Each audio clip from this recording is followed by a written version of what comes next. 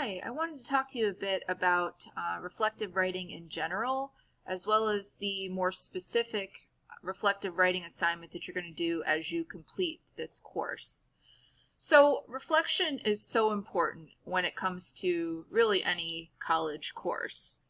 It seems like a lot of people think that the point of college classes is to just get the work done and think about their grades, as opposed to actually learning something from their experience.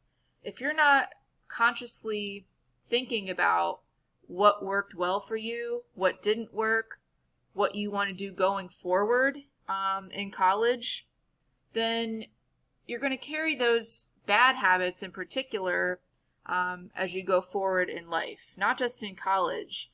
I think a lot of people assume, well, if I didn't do so great in my classes, I'll get it together when I go out into my career. And most of the time, those bad habits tend to follow you later on in life. And so part of the purpose of college is to start to identify what's working for you and what's not, so that you can be as successful as you possibly can once you go into your career. So we're going to talk in a couple minutes about this document that I have on the screen here. But first I just wanted to talk a little bit about the idea of self-assessment, which is really what you're going to be doing in this upcoming assignment. It's a reflection. So just wanted to point a couple of things out. There was a famous psychologist named Richard Logan, and he interviewed a bunch of people who had gone through pretty traumatic experiences and survived. So he interviewed people who had been in concentration camps during the Holocaust and survived. He interviewed people who had been lost in the wilderness in the Arctic and managed to survive. All these people who had overcome these tragic circumstances. And what they seemed to have in common is that they all believed that they were personally responsible for the things that happened in their lives, that they were actually in control. And that belief is what helped them to survive even these horrible things that they went through. It seems like a lot of people, not just students, but people in general, have a hard time understanding really what it means to be responsible. And that's so key in being successful, both in college and in your careers. Really what responsibility means is responding effectively both to opportunities, the good things that happen to you, and taking advantage of those things, but also responding well to challenges. That people who are responsible don't just kind of throw their hands up in the air and say, oh well, that they make conscious choices to deal with the challenges that they face. So what I see a lot with students is that a lot of them have really good intentions, but they end up dropping the ball when it comes to responsibility. So for example, lots of times I'll have students who, the first day of class, when we're actually in person, they'll come up, introduce themselves, and say, I'm really looking forward to the class. I struggle with writing, but I'm going to work really hard. Just let me know what I can do to improve. And they start off really believing that that's true. But the problem is, throughout the course of the semester, their actions sometimes don't match that sort of intention that they have, right? So for example, the same student who will tell me how hard they're going to work and how much they want to do well in the class, when I ask to meet with them to have a conference and talk about their progress, maybe they won't show up, right? Or if I suggest that they go to the writing center to get some help with their writing, and they just choose not to do that.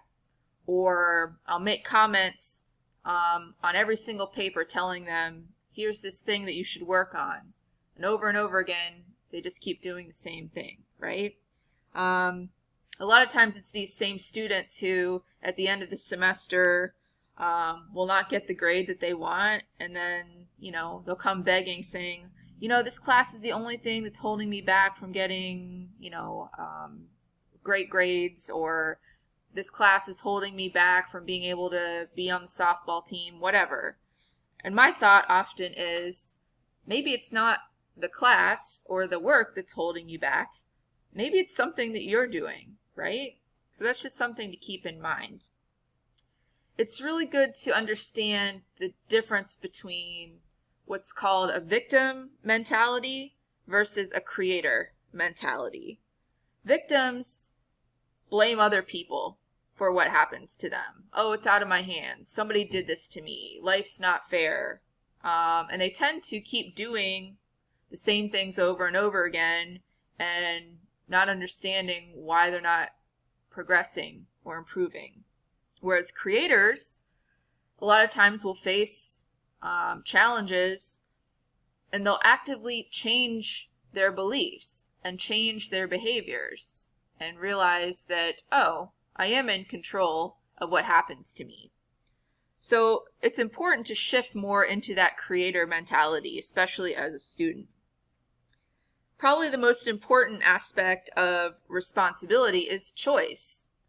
That you have to learn what are good choices to make and what are choices that are keeping me in the same place or preventing me from progressing. I think the best students realize that college is only an opportunity to learn. There are lots of people that take college classes and, they do some of the work, sometimes they don't, and realize by the end of the course that they haven't learned anything. And, maybe they'll blame the instructor, maybe they'll blame the course material, whatever. But the thing is, college is just that opportunity to learn. You are in control of whether you learn or not by the actions that you take. If you just go through the motions, you don't actually put a whole lot of effort into it, you're probably not going to learn anything in the course. And it will end up being a waste of time and a waste of money for you. I have students who, when we're in person, will skip class, won't do their work, and then the end of the semester, want to get extra credit or want to be passed when they didn't do what they were supposed to do.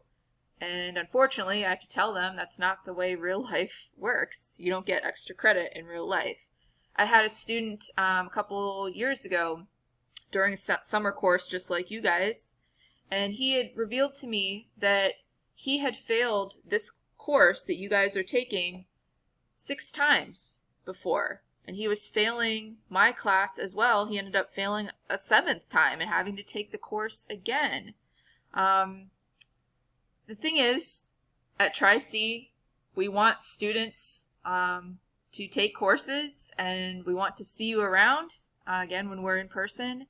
But you shouldn't be taking courses 6, 7 times. You shouldn't even be taking courses more than once, right? So it's so important to pass your courses and put the work in the first time you take a class, so you don't get in this sort of cycle. Because I think for a lot of students, once they fail something once, it becomes easier to fail over and over and over again.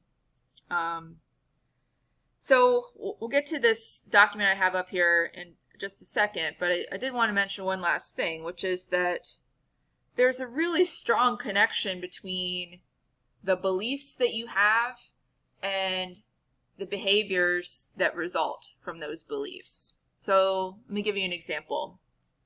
So prior to the year 1954, people thought that it was impossible for human beings to run a mile in less than 4 minutes because nobody had ever accomplished that. So people assumed, oh, it's not possible for people to run any faster than that. But in 1954, this guy named Roger Bannister, he broke that 4-minute mark and was able to run a mile in less than 4 minutes. the really interesting thing that resulted after that is that within probably 6 months after he broke that 4-minute mark, lots of people started running the mile in less than 4 minutes. And what psychologists think happened is that once people believed that something was possible, they started to try to achieve it, right? So this is relevant to students, I think, in that, lots of times I'll have students who introduce themselves to me and say, I'm a bad writer. If you just tell yourself all the time that you're a bad writer, or you're bad at math, or I can't do whatever, probably your actions are going to reflect that. You say you're a bad writer, you're telling yourself, I can't improve, so what's the point of even trying? It's much better to say something like, I struggle with writing, but I'm going to do the best I can to improve, right? Go into any class with that mindset that you can change. So let's take a look at this chart that I have up here. This is kind of going to be the basis of your reflective self-assessment that you do as you think about your progress in this course, right? You're going to watch a video that briefly mentions these things, but this is more of a complete description. There are kind of these 8 areas that successful students seem to adapt to. And your success is greatly increased if you sort of develop these behaviors. So this gives a nice description of, good behaviors to develop versus ones that struggling students seem to have. So this first one I've talked about a lot already, about accepting self-responsibility. Successful students see themselves as the primary cause of their outcomes and experiences, whereas struggling students see themselves as victims, believe that what happens to them is primarily by external forces such as fate, luck, powerful others. Another trait of successful students is that they discover self-motivation. They find purpose in their lives by discovering personally meaningful goals and dreams, whereas struggling students have difficulty sustaining motivation. They often feel depressed, frustrated, and/or resentful about a lack of direction in their lives. Number 3, successful students master self-management. They consistently plan and take purposeful actions in pursuit of their goals and dreams, whereas struggling students seldom identify specific actions needed to accomplish a desired outcome, and when they do, they tend to procrastinate. Successful students, number 4, employ interdependence. They build mutually supportive relationships that help them achieve their goals and dreams while helping others do the same, whereas struggling students are solitary, seldom request or even reject offers of assistance from those who could help. Successful students gain self-awareness. They consciously employ behaviors, beliefs, and attitudes that keep them on course, whereas struggling students make important choices unconsciously, being directed by self-sabotaging habits and outdated life scripts.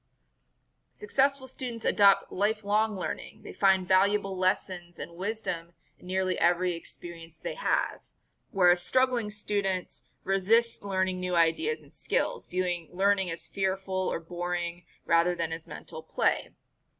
Successful students develop emotional intelligence, effectively managing their emotions in support of their goals and dreams, whereas struggling students live at the mercy of strong emotions such as anger, depression, anxiety, or a need for instant gratification. And finally, successful students believe in themselves, seeing themselves capable, lovable, and unconditionally worthy as human beings, whereas struggling students doubt their confidence and personal value, feeling inadequate to create their desired outcomes and experiences. So the reflection that you're going to be doing will ask you to kind of rate yourself on some of these traits. You want to talk about those areas where you feel really strong versus where you know you have some improvement that you need to do in order to be more successful, right? So again, it's important to be honest with yourself. That's the only way you improve, and that's really the purpose of this type of reflective assignment.